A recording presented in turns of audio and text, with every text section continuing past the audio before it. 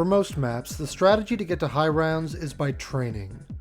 But not all players really go for high round games, some prefer just to hop on for 20 or 30 rounds of casual zombie killing, and that usually entails simple camping strategies. Camping has been in zombies since zombies was first introduced. Training was an option, but it wasn't widely done until Shinonuma released.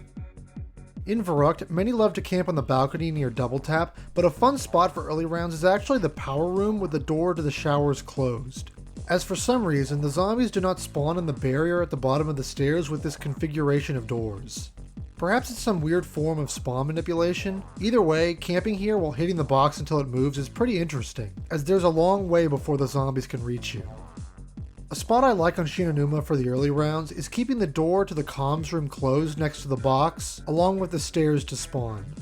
With multiple players, it can be fun to hold out here until the box moves. A big open space that Doris has is the power area. I always like to stay here for as long as I can, as the big open courtyard gives you an area to train as well as breathing room from the zombies. 5 has one of those spots that works great for multiple players, the Pack-a-Punch room. With 2 windows, it's easy to hold them off while 2 other players watch the hallway to the war room. A spot I liked to sit at when I was younger was the little room where PhD is on Ascension. Camping this window was always great if you had one other person to run trains by the lander. Building up a big collection of claymores would always be a fun sight to see. A pretty crazy spot that always provided lots of entertainment was the bridge in a 4-player game on Shang. 2 players watch each side and try to hold out as long as possible. Transit is a map known for its big open areas for training, but there are some neat little places that you can camp at. The lamppost in the fog right before town is an interesting spawn location.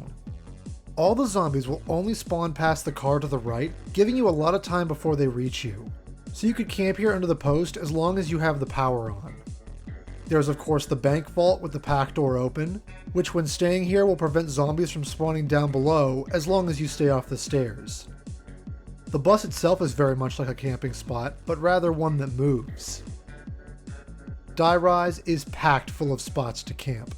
There's the roof by the nav card table, the floor below it next to the cage, the top of the escalator by the PDW, the box location in the noodle room, the top part of the Buddha room, so many places to choose from. Die Rise is very camping friendly. A favorite spot from Mob is definitely the gondola when up at the prison. Swapping back and forth when things get too hectic is a fun time. Buried has too many spots to count, but there's one that not many mention. It's by Pack-a-Punch.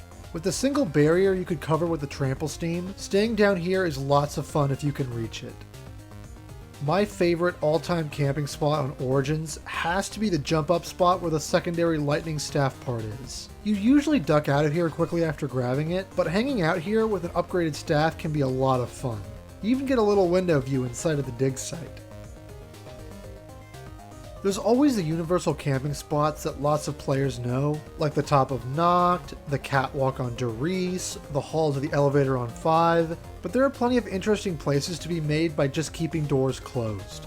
They don't always have to be for long term, but trying to challenge yourself on these older maps with these creative holdouts is what Zombies was all about. So what are some of your favorite camping spots from the older games? Because sometimes it's fun to just relax a little from all the training.